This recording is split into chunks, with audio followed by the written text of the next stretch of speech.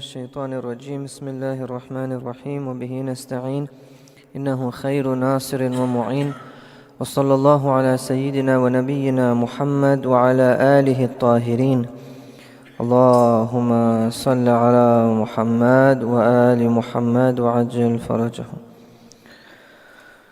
اللهم انصر الإسلام والمسلمين واخذل الكفار والمنافقين وأيد حماة الدين وجيوش المسلمين وعساكر الموحدين السلام على المهدي وعلى آبائه الطاهرين السلام عليكم جميعا ورحمة الله وبركاته. Alhamdulillah, c'est la nuit de Qadr, la nuit la plus importante du mois, la plus importante de l'année. Les awliya de Allah attendent que cette nuit arrive parce qu'on peut gagner beaucoup de choses dans cette nuit. On peut gagner des choses qu'on n'aurait jamais pu atteindre et acquérir dans d'autres mois, dans d'autres nuits. C'est une nuit très spéciale, c'est une nuit de ibadat. On célèbre cette nuit, c'est une nuit où on couche, mais pourquoi? Parce que c'est une nuit de ibadat. Donc l'attention devrait être vers le ibadat, vers Allah, les awliya de Allah. C'est la nuit de Sahib al-Zaman. تنزل الملائكة والروح فيها بإذن ربهم من كل أمر. Les malaïkas, ils viennent où la nuit de Qadr? Tanazzalul malaïka, c'est le présent. Ça se passe toutes les années. C'était pas seulement le temps du prophète. Tous les ans, les anges descendent avec le Amr dans cette nuit-là. Ils descendent où? Où est-ce qu'ils vont? Ils descendent dans le cœur du wali de Allah, le hujja de Allah sur terre. Et aujourd'hui, ce hujja, c'est Sahib al-Zaman. Donc c'est une nuit très spirituelle. D'un côté, on est content, c'est une opportunité. D'un côté, c'est très lourd. C'est lourd du fait que on fête cette nuit-là, on fait ibadat, mais notre imam n'est pas parmi nous. En tout cas, on ne le voit pas. Il est parmi nous, mais on ne le voit pas, on ne le reconnaît pas. Et ça, c'est difficile. C'est difficile de savoir qu'il est là, mais on ne peut pas le voir, on ne peut pas avoir accès à lui. C'est important dans une nuit pareille qu'on pense à l'imam de notre temps, qu'on essaie de se connecter avec lui. Tout l'univers, tout le monde entier, la création se connecte avec lui dans une nuit pareille, d'une façon très spéciale, d'une façon très spirituelle.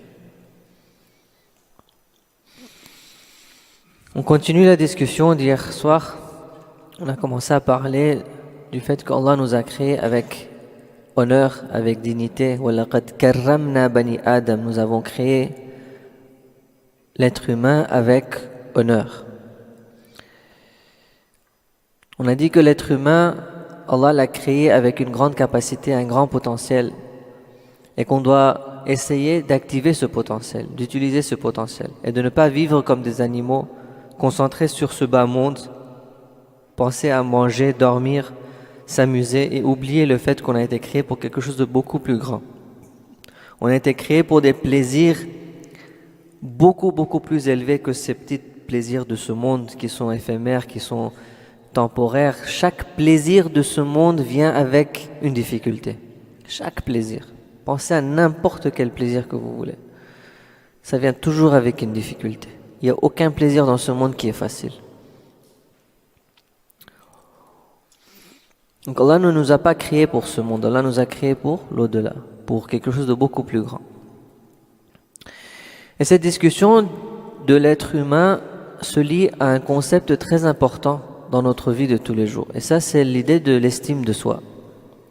L'être humain qui a été créé avec ce respect que Allah l'a donné devrait avoir cette estime de soi où il se sent capable, il comprend sa valeur, il réalise qu'il a des droits, il réalise qu'il fait partie de cette société, qu'il mérite d'être respecté, d'être aimé, qu'il est capable de faire des choses, qu'il est capable de faire des grandes choses. Que c'est pas juste un animal, mais c'est un être qui a beaucoup de potentiel. Et donc aujourd'hui, on veut essayer de développer un peu ce concept de l'estime de soi, de voir pourquoi c'est important et comment développer ça dans notre vie. Bien sûr, c'est une discussion qui est très très longue. J'ai vraiment résumé certains points importants. Déjà, pourquoi l'estime de soi? Pourquoi est-ce que c'est important de parler de ça?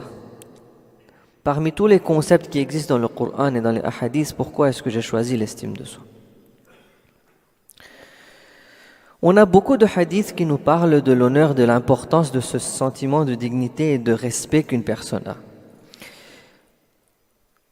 Man karumat alayhi nafsuh lam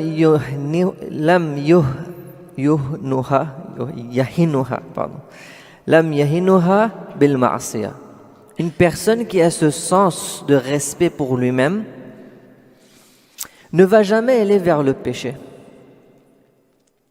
Ou bien un autre hadith, man karumat alayhi nafsuh, celui qui honore son âme, celui qui se considère comme un être qui a de la valeur, hanat alayhi dunya. Pour cette personne-là, le monde, ce dunya, est très insignifiant. Pardon. Petit à petit, je me prépare pour partir, donc je vais redevenir anglophone. Donc mes erreurs vont recommencer à venir. Quelqu'un qui réalise la valeur de sa création, de qui il est, ne va jamais aller vers le péché. C'est quoi le péché? Le péché, c'est l'obscurité. Le péché, c'est quelque chose de mauvais, de quelque chose de très bas, de basse, de quelque chose qui n'est pas plaisant, c'est dégueulasse, c'est dégoûtant, c'est... Oh. C'est ça le péché. Pour ne pas utiliser des mots, d'autres mots. Mais c'est vraiment, c'est ça le péché, c'est le dunya. Le dunya, ça veut dire quoi? Le monde. On traduit le dunya comme monde. Dunya, ça vient de dani, le plus bas. On existe dans une existence la plus bas des existences. Plus bas que ça, il n'y a pas. Après ce niveau d'existence matérielle, il n'y a pas d'existence. On est dans une existence la plus bas, la plus insignifiante. Ce dunya n'a aucune valeur. Moi, être humain, j'ai la capacité d'être wa'allama Adam al-asma'a kullaha. J'ai la capacité d'être khalifa de Allah. Moi, je ne vais pas aller vers ces choses-là. Je ne vais pas m'attacher au dunya. Je suis beaucoup plus grand que ça. Je suis beaucoup plus important que ça. Est-ce que vous avez déjà vu un CEO, quelqu'un d'important, qui s'assoit et qui joue avec une petite voiture? Vont. Et puis il s'attache à la voiture, il dit non, ça c'est ma voiture, ça, ne prends pas. Une petite voiture en plastique qui coûterait peut-être 5 centimes, moins cher que la bague. Personne qui a un aql, qui a de l'argent, qui est adulte, assez mature, ne va s'attacher à une chose pareille. C'est banal, c'est bête. Laisse tomber, je peux en avoir tellement. Le dunya pour un mu'min, c'est comme ça. Quelqu'un qui réalise sa valeur, cette personne ne va jamais aller vers le péché, ne va jamais aller vers les choses qui sont plus bas que lui. Donc l'estime de soi, c'est très très important pour se protéger des péchés. Maintenant, je vais vous laisser faire certains liens. Quand il s'agit du talbiya des enfants, par exemple, quand on parle de l'estime de soi, combien c'est important de donner beaucoup de respect aux enfants, on va comprendre pourquoi. Je ne vais pas tout dire, il faut un peu faire des réflexions, on arrive à ça. On veut se protéger des péchés, eh bien, une personne qui a l'estime de soi ne va pas aller vers les péchés. Sans qu'on la force, elle-même ne voudra pas aller vers les péchés. Mais de l'autre côté, man hanat alayhi nafsuh fala ta'min sharra. Et celui qui ne sent pas la valeur de soi-même, celui qui se méprise, qui ne réalise pas sa valeur, cette personne, fala ta'min sharra. Tu ne te crois pas à l'abri de son mal. Il peut te faire du mal facilement parce qu'il n'a rien à perdre. Il n'a plus rien à perdre. Si moi j'ai pas de valeur, bon, j'ai pas peur. C'est quoi? Qu'est-ce qu'on va me faire? On va se moquer de moi, je m'en fiche. Il ne ressent plus de valeur, il n'a plus de raison pourquoi il devrait s'abstenir à faire des mauvaises choses. C'est pas grave si on me traite de menteur. Je suis connu comme un mytho, c'est pas grave. Je suis connu comme un voleur, c'est pas grave. Ça l'importe pas parce qu'il n'a pas cette dignité de soi-même, il n'a pas cette estime de soi. Man hanat alayhi nafsuh fala tarju khayra. N'aie pas espoir en ce qu'il te fasse du bien, cette personne qui n'a pas cette estime de soi, qui ne se sent pas honoré, qui n'a pas une valeur pour soi-même. Et c'est pour ça que vous allez voir, même dans les hadiths, on voit, et vous allez aussi le voir dans la psychologie, ma min rajulin takabbara ou tajabbara illa li dhillatin wajadaha fi nafsi. Une personne qui est très arrogante, qui aime dominer, qui aime être très violent pour se montrer, qui aime montrer sa présence, une des raisons qu'une personne est comme ça, c'est parce que dedans, il y a un creux. Dedans, il ne se sent pas valorisé. Il n'a pas cette dignité pour soi-même. Il n'a pas de valeur pour soi-même. Il n'a pas cette estime de soi. Il n'a pas de respect pour lui-même. Donc parce que ça le fait mal de dedans, il a un creux, pour se montrer comme quelqu'un qui a quelque chose à donner, quelqu'un qui a de la valeur, dans sa tête, il pense que si je domine les gens, si je rabaisse les autres, moi je vais être mieux. La personne qui a cet honneur, ce respect de soi, ne va pas essayer de rabaisser les autres. Il se sent capable, il va essayer de se monter lui-même. Mais une personne qui sent qu'il n'est pas capable, il ne se sent pas capable de faire quelque chose. Il sent qu'il est très bas, il n'a aucune valeur pour lui-même, il se sent bas, il ne sent pas qu'il peut monter. Mais on est des êtres humains, وَلَقَدْ كَرَّمْنَا بَنِي آدَمَ. On a envie d'être respecté. Mais moi j'ai ce sentiment que je ne peux pas monter plus que ça. Qu'est-ce que je fais? Je tire les autres en bas. Si je tire les autres en bas, s'ils sont plus bas que moi, je me sens respecté. Donc tellement c'est important et dangereux. L'estime de soi c'est important et le manque d'estime de soi c'est dangereux. Ça peut rendre une personne arrogante. Les enfants par exemple à l'école, ceux qui sont les bullies, ceux qui aiment dominer les autres, ouais, c'est parce qu'il y a quelque chose qui manque dedans. Il manque de l'amour, il manque du respect. C'est souvent les élèves, vous allez voir, c'est souvent les élèves qui ne sont pas trop forts dans leurs études. Et ils vont attaquer qui? Ceux qui sont forts. Pourquoi? Il est en train d'essayer de cacher, de remplir quelque chose de dedans. C'est une psychologie, mais nos hadiths nous l'ont déjà dit il y a 1400 ans. Ma min rajulin takabbara ou tajabbara illa li dhillatin wajadaha fi nafsi. Il voit ce zillat, cette infériorité dans soi-même. Donc si c'est tellement important, il faut voir comment développer cette estime de soi. Comme je l'ai dit, c'est une discussion qui est très longue, mais on va toucher quelques points importants. Le premier, c'est de réaliser que je suis important. C'est de s'accepter soi-même. Quand je dis s'accepter soi-même, ça ne veut pas dire avec les qualités apparentes que j'ai. Tu m'acceptes comme je suis. Oui, mais j'ai beaucoup de défauts aussi. S'accepter soi-même dans le sens que Allah m'a créé en tant qu'insan, en tant qu'être humain, qui a un potentiel, qui a la capacité d'être khalifatullah. Je ne suis pas un animal, j'ai des droits, j'ai le droit d'être traité, d'être aimé, d'être respecté comme tous les autres. Je dois réaliser ça. Je dois réfléchir là-dessus et le réaliser dans moi. Donc c'est une estime de soi qui est basée sur la réalité. Parfois, dans certaines psychologies, on nous dit d'essayer de se croire comme quelqu'un qui est capable. De créer une idée de soi-même. Nous, on ne parle pas de ça. On parle d'une réalité. Allah m'a créé avec un potentiel. Je n'ai pas besoin d'inventer ou d'imaginer quelque chose. Je suis quelque chose. Pourquoi? Allah m'a créé. Ça revient toujours au tawhid. C'est Allah qui m'a créé et il m'a créé comme ça. Fi ahsani taqwim, de la meilleure des façons. Allah m'a créé de la meilleure des façons. Pourquoi est-ce que je devrais me sentir rabaissé? Pourquoi je devrais sentir inférieur aux autres? Je suis égal à tous les autres, je suis comme les autres, j'ai des capacités, j'ai des compétences, je peux. Donc je m'attache à la réalité, mais je ne vais pas dans l'illusion. Si je vais dans l'illusion, je commence à me créer des choses, moi je peux faire ça, je suis comme ça, j'aimerais faire ça. Ça peut parfois s'écrouler. Parfois on se crée une idée de soi-même et avec le temps, avec le changement dans la vie, certaines choses se passent dans la vie, ce qu'on pensait qu'on était, on réalise que je ne suis pas comme ça. Et donc tout ce qu'on avait construit, tout ce on percevait de soi-même s'écroule devant nous en une fois.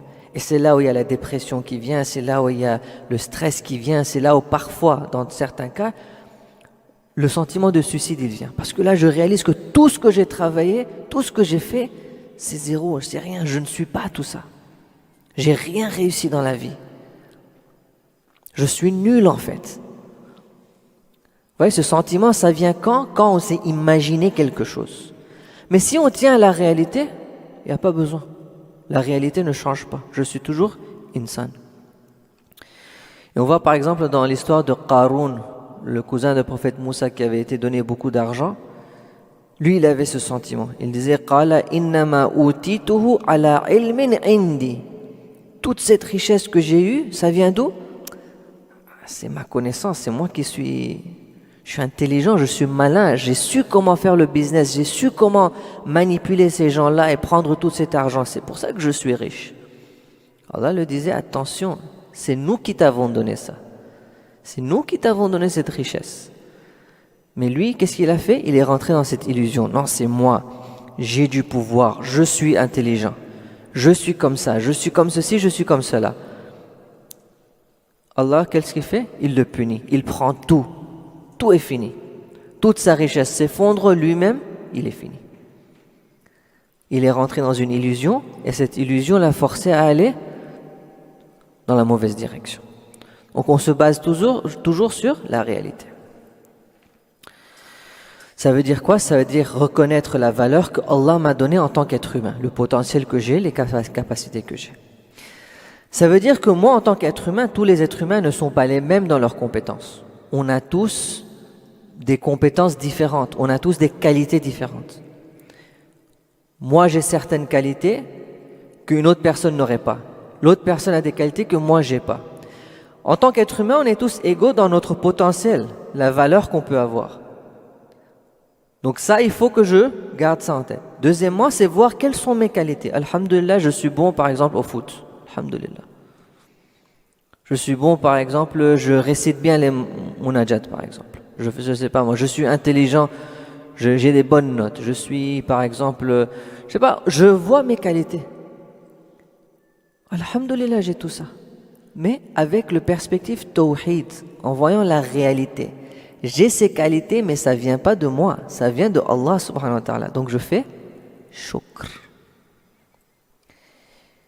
Pour que l'estime de soi ne va pas vers l'arrogance, ne va pas vers la transgression, pour qu'on ne devienne pas Fir'aun, ana rabbukumul a'la, pour qu'on ne devienne pas Qarun, inni utitu ala ilmin min indi. Pour que je ne devienne pas comme ça, je dois réaliser que toutes ces qualités que j'ai, ça vient de Allah. Les familles musulmanes, surtout religieuses, les frères et sœurs religieux, on a la tendance à nier nos qualités. On va dire non, moi je ne suis pas comme ça. À soi-même, hein? Bon, aux autres bien sûr, il ne faut pas les dire à tout le monde. À soi-même. On ne veut pas accepter nos qualités.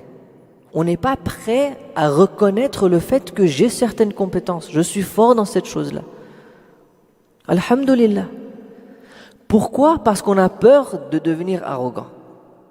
C'est une bonne intention. Mais on ne devient pas arrogant si on se rappelle que ces qualités que j'ai, cette compétence que j'ai, ça vient de Allah subhanahu wa ta'ala. Je ne peux faire shukr que quand je réalise que j'ai ces bonnes actions, que je fais ces bonnes actions, que j'ai ces qualités. Donc reconnaître ces qualités, c'est une bonne chose. Ça nous pousse vers le shukr. Et de l'autre côté, la réalité, c'est qu'en tant qu'être humain, j'ai des défauts. Je fais des erreurs. Et donc, je dois aussi accepter ça. Mais parce que je fais attention au potentiel que j'ai, à la création qu'Allah m'a donnée, à mes qualités, quand je vois mes défauts, ça ne va pas m'amener vers le complexe d'infériorité. Ça ne va pas m'amener vers la dépression. Parce que j'aurai un équilibre. C'est la réalité. J'ai certaines qualités, j'ai certains défauts. Ça doit donc me pousser vers l'action. Parce que maintenant j'ai du respect pour moi-même, ça me dégoûte, mais pourquoi je suis comme ça? Pourquoi je mens? Il faut que j'arrête de mentir. Mentir, c'est pour les nuls. Il faut que j'arrête de mentir. J'ai un honneur, je me sens, j'ai un respect pour moi-même, donc maintenant je commence à être dégoûté de mes actions, de mes mauvaises actions. Donc ça me pousse à travailler et enlever ces mauvaises qualités de moi. Donc reconnaître nos qualités et reconnaître nos défauts. Ça c'est premièrement, reconnaître. Deuxièmement, c'est d'essayer de préserver son respect avec nos actions. Donc le premier niveau, c'était ici, au niveau de la compréhension, au niveau de la réflexion. On doit réfléchir sur ces choses-là. Je pense que tous les 2-3 jours, je dis la même chose. On doit réfléchir. C'est très important. C'est ça qui nous différencie des autres créations. La capacité de réfléchir. On devrait l'utiliser très souvent. C'est ça qui peut nous faire monter et aller vers notre potentiel. Donc premièrement, réflexion. Deuxièmement, c'est dans nos actions. Dans nos actions, on doit se présenter d'une façon, on doit agir d'une façon, on doit se comporter d'une façon qui est correcte, qui s'aligne avec le respect de soi. Par exemple, déjà ne pas dévoiler nos péchés. On n'a pas le droit de dévoiler nos péchés. On n'a pas le droit de dire que j'ai cette mauvaise qualité, que je fais ces péchés-là en secret ou j'ai fait ça. Entre les amis aussi, ça ne se dit pas. Il faut faire très attention. Même entre amis, on ne se dit pas nos péchés. C'est important de cacher ce côté mauvais. Pourquoi? Parce qu'on n'est pas fier de ça. Je ne suis pas fier des défauts que j'ai. Pourquoi est-ce que je veux le montrer aux autres? Quand je le montre aux autres, je me rabaisse. Mais وَلَقَدْ كَرَّمْنَا بَنِي آدَمَ. Allah m'a créé avec de la valeur. Pourquoi je veux me rabaisser? J'ai pas besoin de me rabaisser. J'ai pas besoin d'être arrogant et de me considérer supérieur. Mais j'ai pas besoin de me rabaisser non plus. J'ai pas besoin de montrer à tout le monde mes défauts et mes péchés. Je le fais en secret, j'essaye de les enlever, j'essaye de travailler dessus, je fais istighfar, je fais un effort pour enlever ces défauts. Je vais pas aller fièrement dire aux autres, ah je suis comme ça, j'ai une petite amie, j'ai parlé avec celle-là, dans ma vie passée je faisais ces gounas. Attends, il n'y a pas besoin. On garde notre respect. Dans notre comportement, nos actions, nos réactions, comment on se comporte avec les gens. Par exemple, Imam Ali nous dit « Takallamu tu'rafu » Quand vous parlez, on va vous connaître. En fait, il faut faire attention. Quand on parle, on nous connaît. Si je parle trop, je vais commencer à révéler un peu trop à propos de moi-même. Et parfois, on dit des bêtises, on dit n'importe quoi, et ça montre à tout le monde autour de nous le niveau de compréhension qu'on a. Parfois, il faut apprendre à se taire et juste écouter. Ici, ça, je ne vais pas rentrer dans cette conversation, je ne connais pas, je suis ignorant, je n'ai pas l'expertise, je n'ai pas la connaissance, je vais me taire ici, je vais écouter, je vais profiter, je vais apprendre. Parfois, c'est bien de ne pas parler et d'écouter. Takallamu tu'rafu fa innal mar'a makhbu'un tahta lisani. L'être humain est caché sous sa langue. Ce hadith, on peut parler pour 1 heure à propos de ça. C'est vraiment riche. Ou bien par exemple, blaguer. Le hadith nous dit, trop blaguer, c'est pas une bonne chose. Être quelqu'un de plaisant, quelqu'un qui rigole, qui sourit, qui fait des blagues ici et là, c'est une très bonne chose. Imam Ali, il était comme ça. Le prophète, il était comme ça. Les Ahlul Bayt, généralement, c'était des gens qui étaient très heureux, très contents, toujours sourire, parler aux gens, faire des blagues. Ils faisaient des blagues. L'imam aussi, il faisait des blagues. Il y a quelqu'un qui avait compilé un livre de toutes les blagues des imams qui sont venus dans les hadiths. Donc les imams aussi, ils faisaient des blagues. Mais kathratul mizah, le faire trop, yudhibu bima'il wajh, ça diminue la dignité d'une personne. Faire trop de blagues. Être une personne on blague tellement que personne ne peut nous prendre au sérieux maintenant. Donc j'ai perdu mon respect en fait. Chaque fois que je dis quelque chose, on ne peut pas me prendre au sérieux. Quand je dis quelque chose, les gens pensent que peut-être que je suis en train de blaguer. Surtout quand nos blagues sont des mensonges. Ça, c'est double mauvais. Mentir, c'est haram. En plus de ça, trop le faire en blague aussi, c'est pas une bonne chose. Ou kasratu dhihki, trop rigoler. Rigoler, c'est une bonne chose, hein. Trop le faire, c'est mauvais. C'est comme manger. Manger, c'est très bien, il faut le faire. Trop manger, c'est pas bien. Si je m'assois à table et je commence à boire, je prends ça, ok, du poulet, il y a du steak, ouah, il y a trop, c'est trop bon. Et on mange, on mange, on mange. Vous allez voir, les gens autour, ils vont dire, mais à quelle heure, mais calme-toi là. Ce genre de comportement, ça rabaisse notre respect pour soi-même et le respect que les gens ils ont autour de nous. C'est pour ça qu'il faut apprendre à contrôler son comportement, contrôler ses actions, être maître de soi-même. Si j'ai besoin de manger, il y a de la bonne nourriture, j'aime tout ça, je sais, j'aime beaucoup toute cette nourriture. Mais je mange avec contrôle, je mange déjà comme un être humain, je prends un peu, je mange, si j'ai toujours faim, je prends encore un peu, je peux goûter de là. Ouais, donc dans notre comportement aussi, on doit essayer de maintenir ce respect. Troisièmement, c'est d'avoir cet équilibre, de ne pas être trop agressif et toujours pousser pour ce que moi je veux, comme si c'était moi le plus important dans le monde. C'est mon opinion, elle est importante. Je me sens tellement confiant en moi que maintenant je pense que tout le monde doit m'écouter. Tout à coup, je suis devenu le leader. Non. Je dois avoir assez de confiance en moi pour être sûr de ce que je dis ou ce que je pense, mais de l'autre côté, je dois avoir cette humilité pour ne pas vouloir forcer tout ce que je pense est correct. Donc cet équilibre entre les deux. Une confiance en soi, ça vient avec l'équilibre. L'humilité, de ne pas trop pousser et assez de force pour pousser là où on a besoin, pour insister là où on a besoin. D'être mesuré dans notre façon de réagir aux choses. Par exemple, il y a une discussion qui se passe. Il faut qu'on puisse savoir dans cette discussion, est-ce que j'insiste sur mon opinion ou j'ai donné mon opinion, je l'ai expliqué, maintenant ils ne veulent pas accepter, il n'y a pas besoin de continuer à insister que tu as mis simple. Ou bien je vois que la personne devant moi, je l'ai expliqué, mais on voit qu'on est complètement sur deux différentes longueurs d'onde. On ne se comprend pas du tout. Ici, je dis, ok, il n'y a pas besoin de discuter.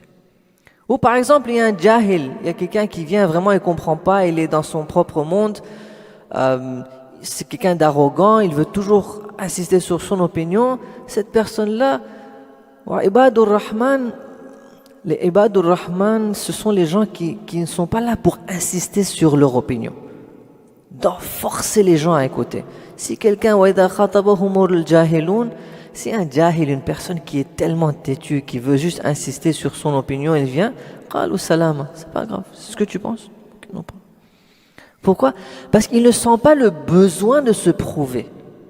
Il n'a pas le besoin de montrer qu'il a raison et que l'autre il a tort. Il sait qu'il a raison. Il a étudié, il a réfléchi, il suit la guidance d'Allah. Il sait qu'il a raison dans ce cas-là. Bon, il a assez d'humilité pour dire que peut-être que j'ai pas raison, on écoute ce qu'il dit. Après avoir écouté, réfléchi, il voit que non, toujours pas. Je suis sûr de mon truc. C'est pas grave, on laisse, on part. On continue. Il n'y a pas besoin que je prouve que ce que je dis c'est correct. إذا خاطبهم الجاهلون قالوا سلاما. قالوا سلاما, salama ça veut dire paix, ça veut dire on est tranquille. Je vais pas dire pourquoi toi tu comprends pas ce que je dis. Toi tu as pas étudié, moi j'ai étudié. Pas comme ça. قالوا salama. C'est vrai l'autre il est jahil, mais moi je suis pas jahil. Moi mon action doit être une action correcte.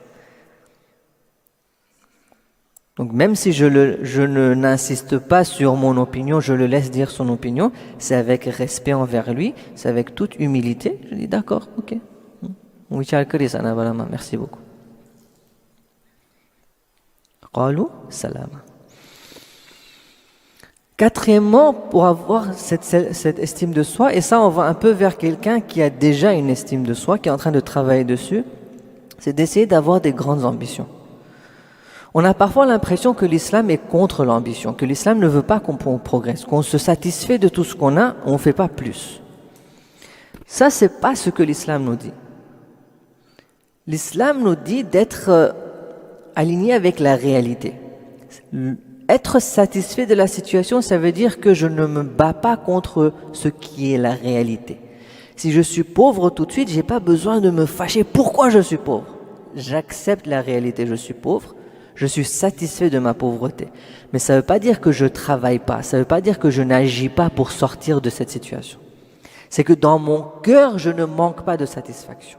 Dans mon cœur, je ne me plains pas. Dans mon cœur, je suis ridam bi qada'ik. Je suis content de tout ce que tu m'as donné. Mais tu m'as aussi donné le libre arbitre. Tu m'as dit, travaille, fais un effort. Je vais le faire. Donc, l'islam veut qu'on ait des ambitions. La valeur d'une personne est proportionnelle à la valeur de son ambition. Plus on a une grande ambition, plus notre valeur elle monte. Parce que quand on a des ambitions, on va travailler pour ça. On va faire un effort pour atteindre ça.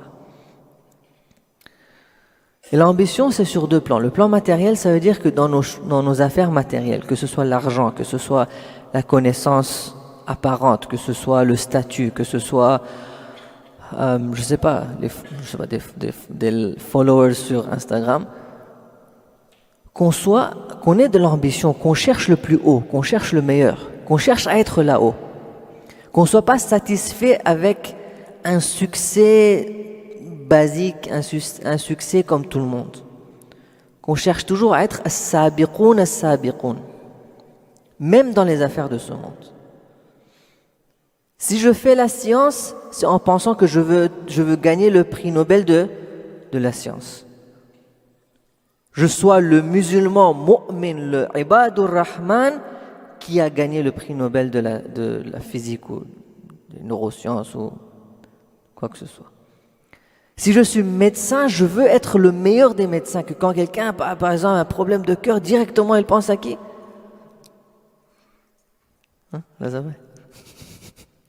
S'il y a d'autres cardiologues, excusez-moi, je ne connais pas l'expertise de tout le monde. Si je pense à un médecin, directement je pense à cette personne. Pourquoi? Non seulement parce qu'il est expert, mais c'est un mu'min. Je pense à un médecin qui est mu'min. Il a gardé sa foi, il représente l'islam dans sa filière et il est le meilleur dedans. Aujourd'hui, quand on pense à des médecins, on pense à aller en Inde chez le gars là le meilleur des chirurgiens, mais souvent ce ne sont pas des musulmans. Et si c'est un musulman de nom. Il n'y a rien d'autre de l'islam qu'ils ont gardé. Même dans les politiques, on voit dans les pays occidentaux, quand un chia devient politicien, souvent un chia de nom. Pratiquement parlant, dans son aqaïd, dans sa vie, il n'y a pas de tashayyu. Nous, on veut devenir excellent dans ces choses-là, ces domaines matériels, avec la croyance, avec le iman, avec le taqwa. Et Allah veut ça de nous. Il veut qu'on ait des ambitions. Allez gagner de l'argent. Soyez millionnaire. Allez étudier. Devenez des experts dans toutes ces choses-là. Allez le faire. Juste gardez le iman et le taqwa. Vous allez devenir un agent de Allah, un représentant de Allah, un intermédiaire de Allah subhanahu wa ta'ala dans cette filière-là. Imam Mahdi sera fier de vous. Quand Imam Mahdi il vient pour établir un gouvernement global basé sur la justice, il aura besoin de quelqu'un qui est adil, muttaqi, alim dans les différents domaines. On ne veut pas être cette personne. Quand on pense à l'armée de l'imam Mahdi, on pense à... C'est pas ça. Ça, c'est une partie. La guerre, c'est une partie. Il y a tout ce reste qui est encore vide. On n'a pas tout ça. Alhamdulillah, grâce à la révolution, on a pu créer un environnement où notre société Shia a pu se développer là-dedans. Donc, on a des scientifiques, mais incroyables. Mais c'est pas assez. Et c'est pas seulement pour eux. Eux, ils ont eu le tawfiq, ils ont fait la révolution, ils ont sacrifié beaucoup de sang. Alhamdulillah, ils ont pu faire ça. Nous, on est dans une communauté où on n'a pas besoin de sacrifier le sang. On a déjà les ressources, mais on n'a pas l'ambition. Notre ambition, c'est maximum, je veux devenir ça, gagner de l'argent, bien vivre, confortable, j'ai ma maison, j'ai ma voiture.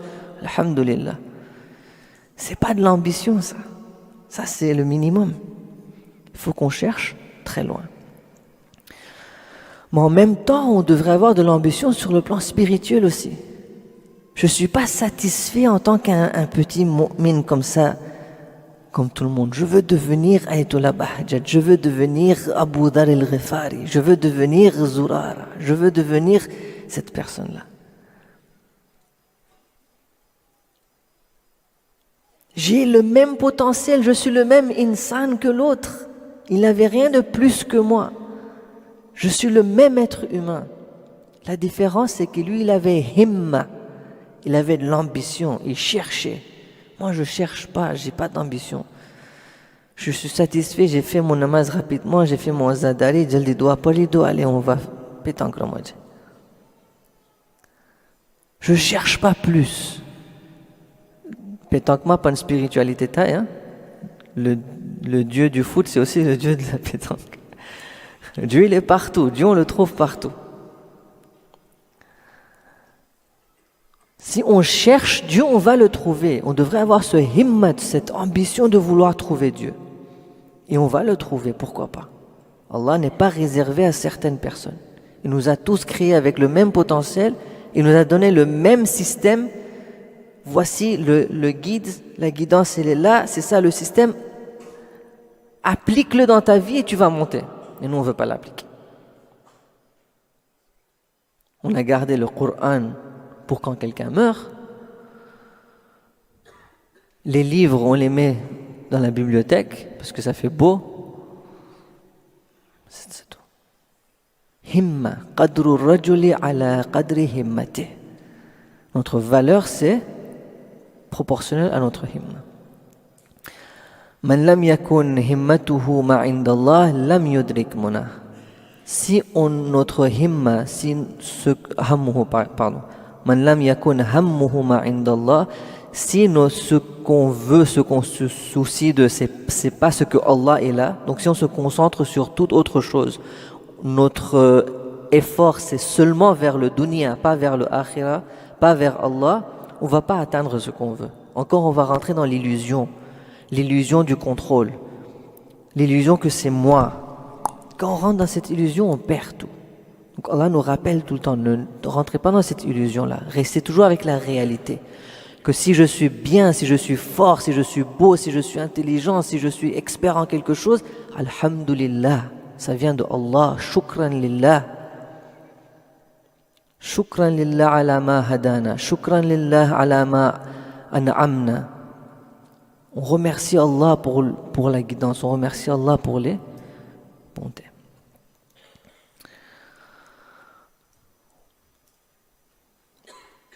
Comment atteindre ses ambitions? Ça, c'est une discussion très longue. On ne va pas rentrer là-dedans aujourd'hui, déjà que le temps il est fini.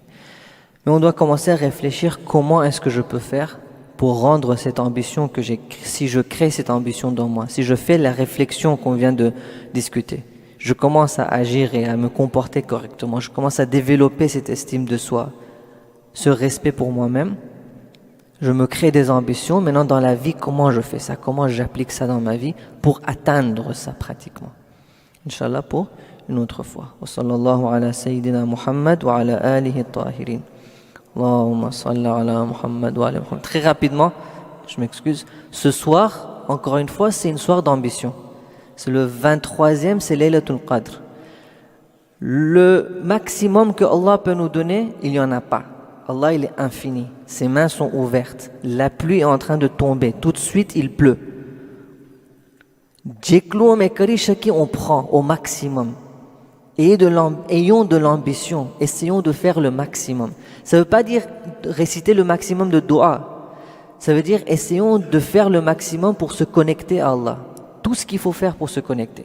Ce soir, essayons de se concentrer plus. Essayons de moins parler et dire n'importe quoi. Essayons de contrôler plus nos actions, nos pensées, nos regards. Essayons de rester dans le taqwa, de demander à Allah des choses très élevées. On demande les choses de ce monde, mais on demande aussi des choses du akhira. On demande à Allah, on dit à Allah, écoute, moi je ne sais même pas quoi demander.